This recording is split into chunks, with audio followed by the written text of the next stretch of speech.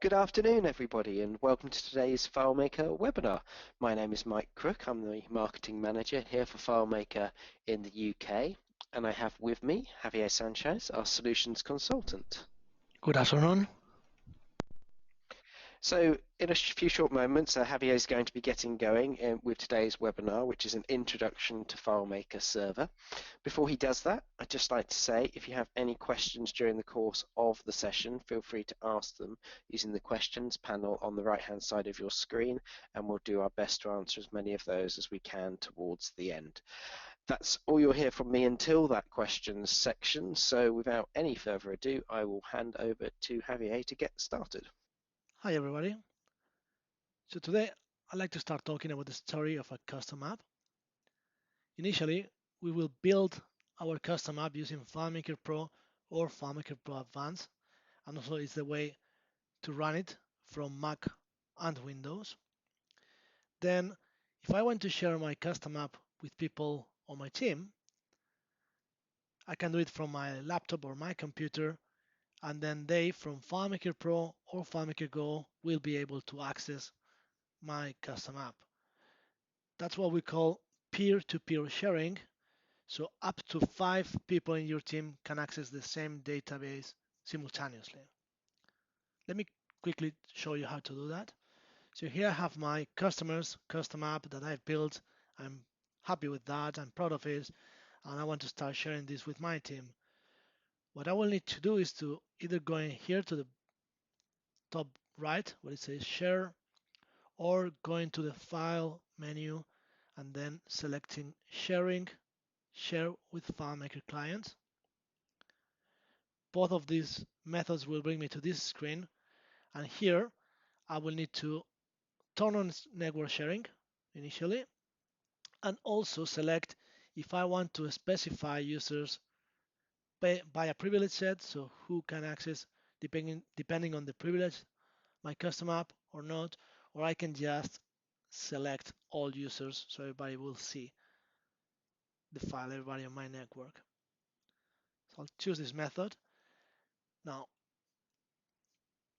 my colleagues from FileMaker Pro or from iPads, like my iPad Pro that you can see here, will go to the host list, and then they will see my MacBook in this case appearing, my computer appearing on the list, so they can just tap on the name, and here it is, customer solution that I'm sharing. So they just need to tap on the icon and they'll see the same data at the same time. Let's say, for example, I want to change a record, so I'm going to add a word here because I know this customer is called Brand Research Park. So I'm going to add the word park to the end of the field, and you can see how it changes in real time on my FileMaker Pro. As I said, this is a peer-to-peer sharing. It's connected in real time, and that's how can I share with my small team my custom app. But then what if you need more reliable and a high performance access to your data, which entitles more than 5 people at the same time to access the data? In that case, you will need a different solution, and that solution is FileMaker Server. FileMaker Server is a software for managing and sharing custom apps that can be accessed from FileMaker Pro, FileMaker Go, and FileMaker Web Direct. Software installed on a computer, basically. And this computer, we normally call it a server, which is just another name for a computer that is dedicated to providing services. FileMaker Server is not just one piece of software. It's actually composed of different components that work together in order to manage and share your solutions or your custom apps. Let me show you these components. First of all, we have the admin console, which allows us to configure and manage the FileMaker server from a web browser. The database server, which is the next one, is the component that does all the sharing and makes available your custom apps to everybody on the network. If you want to publish this data to a web browser, the web publishing engine will talk to the database server in order to take the information and transform it into a format understandable by a web browser. Now, that web server interacts with the web publishing engine, and this is in order to deliver that transformed set of data to the end user. It's a data that is already on a web format. To communicate with the web publishing engine, it uses a piece of software that we call the web server module. Finally, if you wish to be able to use PHP to display data on the web browser, then the PHP API has to be installed on your FileMaker server. To be precise, on your web server. Then the web server will be able to understand the PHP code. So this is the full picture of the FileMaker server components. Let's see how FileMaker Server fits in the FileMaker platform. There's a full line of products in the FileMaker platform that give you all the tools you need to create custom apps that go everywhere your business takes you. You can start creating your custom app with FileMaker Pro or FileMaker Pro Advanced, and this is also how you run custom apps on Mac and Windows, and how, as I shown you before, you can share them with very small teams. But then for teams of 5 or more people, you will use FileMaker Server to share. If you want to run your custom apps on iPads, iPhones, any iOS device, basically, you can use the free FileMaker Go app available from the App Store. And if you want to access your custom app by a web browser, you can use the FileMaker Web Direct technology, which is available as part of FileMaker Server. Now, you may not be sure about needing or not a FileMaker Server. These questions may help you having a clearer idea. Have you ever asked yourself any of this? Do you ever want or need to know who's accessing data and when? Have you had the need to remotely monitor and administer databases? Would you like your data to be securely stored and also the transmitted data to be secure over the wire? What about storing your data on a centralized computer and having also automatic backups in place? Perhaps the need is to quickly deploy interactive custom apps to the web. If you've been asking yourself about how to do any of those things, and you probably have, then you need FileMaker Server. Now let's come back to our original story. After deploying my first custom app, I've seen this has helped my team, my colleagues, and now I'm thinking on creating other custom apps. Maybe an employee profile one that will help HR, maybe something for the iPads to help the engineers on the field. Anyhow, given my actual setup, sharing from my laptop, it will mean having multiple files opened at the same time. What if I leave the office? Yeah, and I have to close my laptop. Also, I'm concerned about the security. I want only HR people to see employee profiles. Uh, I want to see also who's logging into my files just to be sure that the security that I put in place is reinforced and is working. So all that, I can do it using FileMaker Server admin console. So I will create the security obviously on the file using FileMaker Pro Advanced or FileMaker Pro, but then I can monitor statistics and who's logging in and all the logs using my admin console. Let me quickly show you how to do that. Right, so what you see here is the admin console login screen. I'm just going to type in my user and password. And now we are on the admin console. And now we have the status screen. So from here I can visualize what's the IP of my server. I can see the server version, what's the host name, so which name other users will see on the network for my server. Some security indicators and a summary of how many clients do I have connected, how many databases I have hosted, and if I have any backup schedule or any other schedule set up and enabled. Also, if I scroll down, I can see other services like the web server engine, the web publishing engine, sorry, and the Odyssey and JDBC components as well. And I can turn them off and on from here. Also the database server. Let me go back to our customers file here. We're gonna upload it to my FileMaker server. Uploading a custom app to FileMaker server is very straightforward.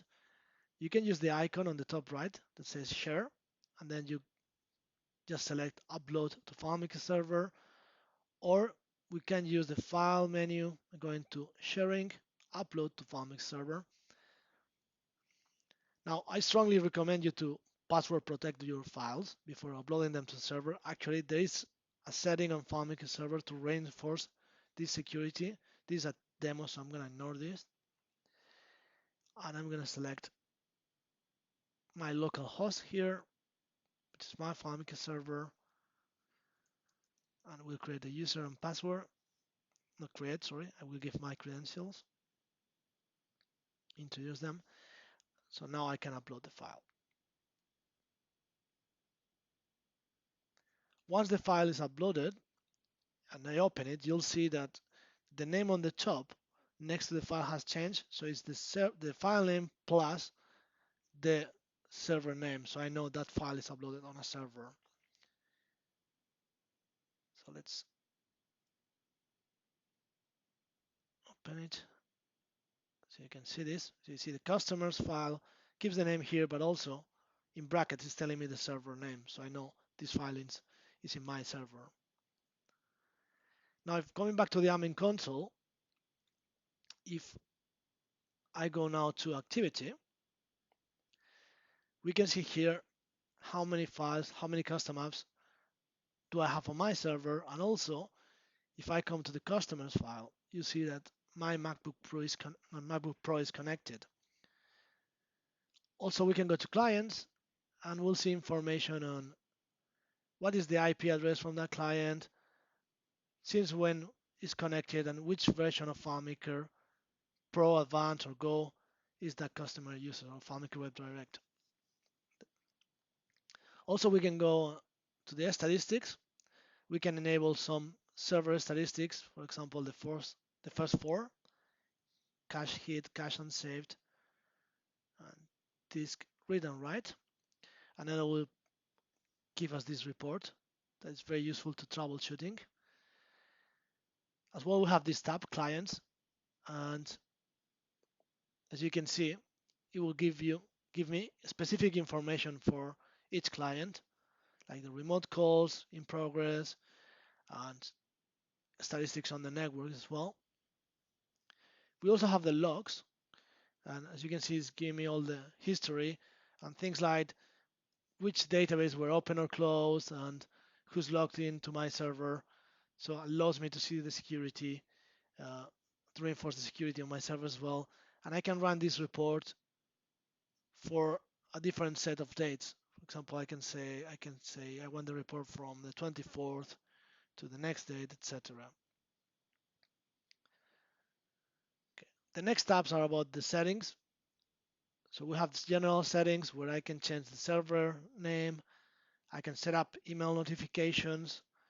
I can also change who can access or not the admin console. So from the first option, for example, I can give only some IPs access to my admin console, or I can decide that I want to use external authentication for my server as well. Another interesting setting is that you can decide whether your server starts, the database server starts when the physical server is restarted, so on startup, and also if the databases are automatically being opened when it happens. You can also enable or not ODBC JDBC from here. And this is interesting. You can set up administrator groups. So for example, you can have a group just to manage the backups, but they cannot do anything else. Or you can have a group that can upload solutions to your server. And finally, you can manage the connections from the last tab. The next thing you can look at are the database server options. You can limit the FileMaker clients connecting to your FileMaker server from here. So you can limit the number of FileMaker Pro clients connections if performance is a concern for you. Also, you can limit the numbers of simultaneous scripts running on your server at the same time. So by default it's 25, but if you want to ensure that no more than 10 are running, again, you can set it up from here.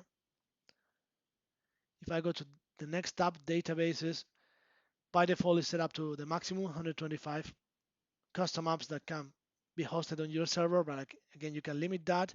If you are giving people the ability to upload databases, custom apps from themselves, maybe you want to limit this so not everybody gets, the server doesn't get to the full capacity because everybody's uploading uh, custom apps. Also, a very interesting setting is the one in the bottom here, which is the RAM reserve for database cache. Again, if you need to uh, give more performance to your server, you may want to give more cache. On the other hand, if you know your server is not working so hard, maybe you can put down this number. Next up is security, so you can change things like the client authentication. If you want it to be managed by a external server, you can come to this drop down here, and you can enable SSL from here as well. And what I was telling you before, you have this option that you can tick, and it will all prevent people from uploading custom apps without a password. Okay, I have it disabled by default, but it comes enabled if you install FileMaker Server by default. All right, other things you can do, you can set up folders for your databases, external folders, different backup folders. You can also change the logs, so how things are being logged by your system. So what is the maximum size of the log file, and top call statistics. That's a very interesting feature of FileMaker 15, where you can log the top 25 calls. So which things are hitting more performance. And then you can analyze that data. So that's the way to enable it. Then you can manage from here the server plugins, and finally you can set up your directory server if you're using something like Open or Active Directory.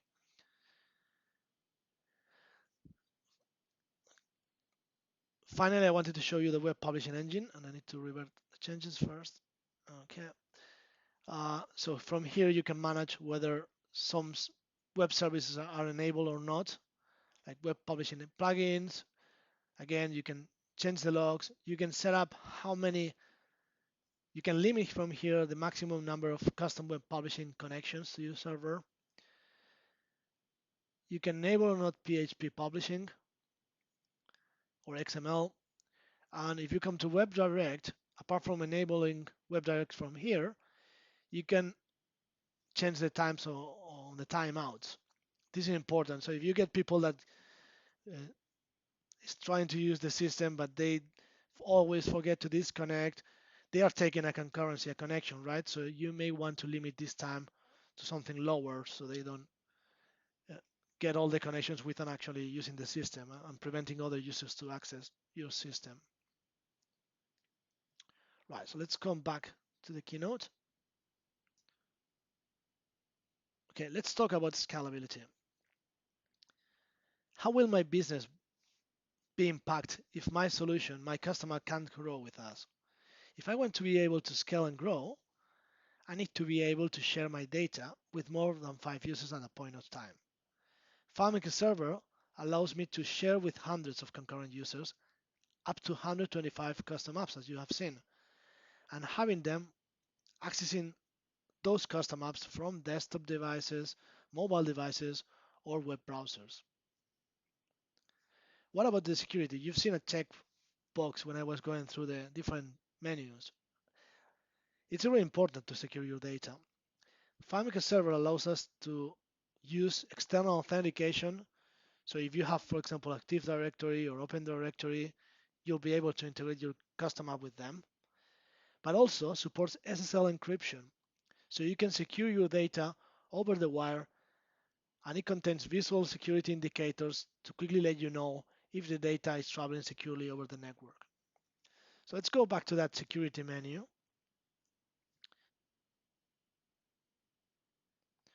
So going back to database server, then security. This is where we can check client authentication, and from here we can enable SSL. Again, normally I would recommend you to have this one as well checked, so nobody can host databases, custom apps without protecting them with a password. Now let's use this one. As you can see also, if you got certificates, you can create a request and import your certificates from here straight away from the admin console, and you can also view the current certificate. It's important to know that by default FileMaker comes with a certificate, but that one is for testing purpose only. We don't recommend to use that certificate in production as it's only a test one. Okay, it's only for you to test security. So let me save this, and as you can see, I get a message saying that to enable SSL I need to stop and restart my database server. So I'm going to do that. Obviously it's telling me that someone is connected, which is my FileMaker Pro. So I need to close it. As you can see, my clients are getting a message saying you need to close the file now because we are stopping the database engine. Now that it's stopped, I'm going to restart it.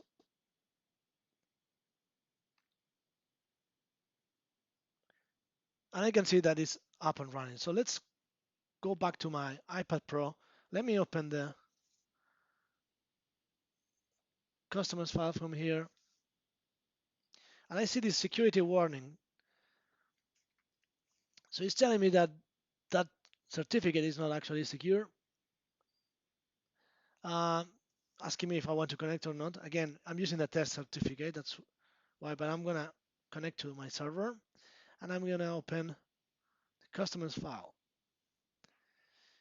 You can see now, next to my customers file name, there's a security indicator. It's a log that is showing me that the data is now encrypted.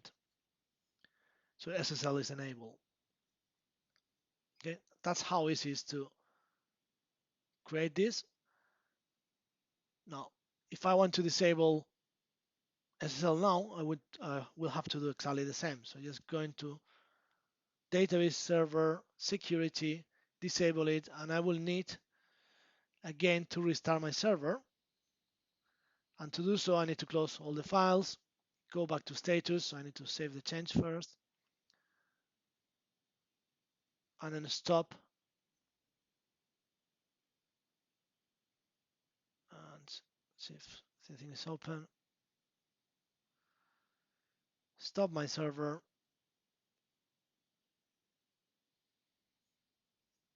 I've just closed my file from Go and then restart it. And it will be again with SSL disabled. Let's go back to the keynote.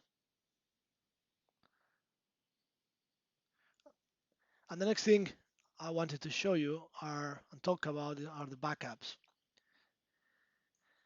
Not using a FileMaker server, we've seen that we are responsible of sharing the file and keeping it open for other users. But that's also true for the backups.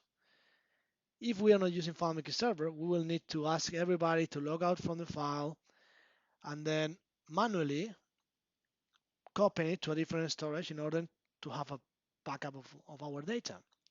And what I'm saying, asking everybody to log out from the file, that's doing it correctly. So I make sure there's no possibilities of having data corruption. So if I do the backup when someone is connected to the file, I may ending up with a file that is corrupted. Right, so how to set up backups in FileMaker, admin console, FileMaker server. So let me show you quickly. Going back again to the admin console, I see that it's up and running again. We have this tab called schedules. It's the third one from the top.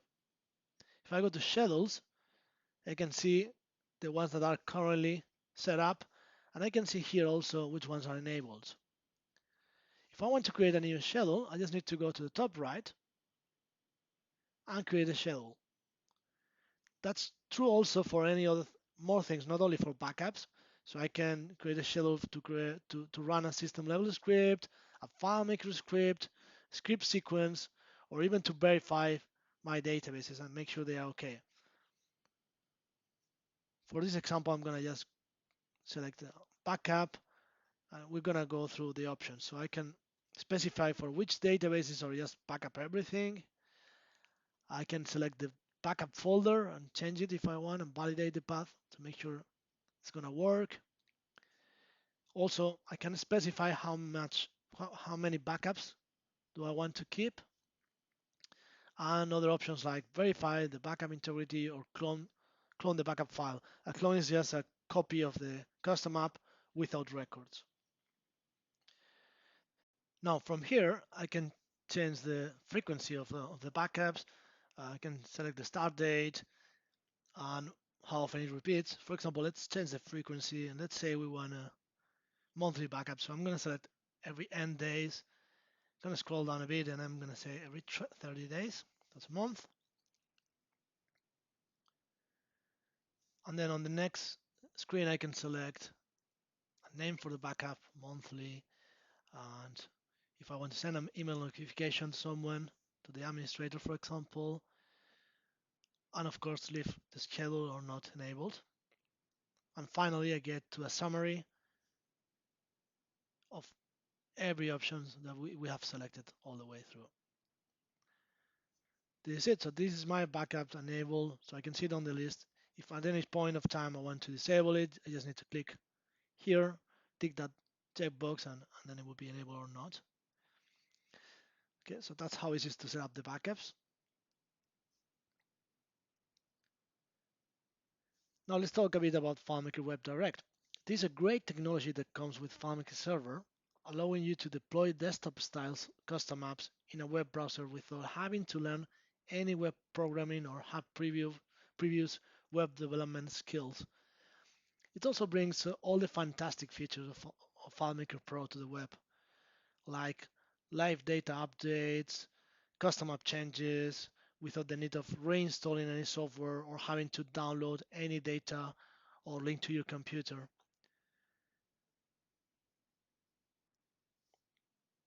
So let me quickly show you how easy it is to enable that. Coming back to our customers file, if I just go back to the hosted file, again, from the file menu, I can go to sharing, and in this case, rather than going to share with FileMaker clients, I'm going to configure the file for FileMaker Web Direct. And I could specify again privilege set or all users. In this case, I'm using admin here, so I'm happy with that. So I'm going to leave it as it is. So now using a web browser like Safari, for example, so I'm going to open a new tab.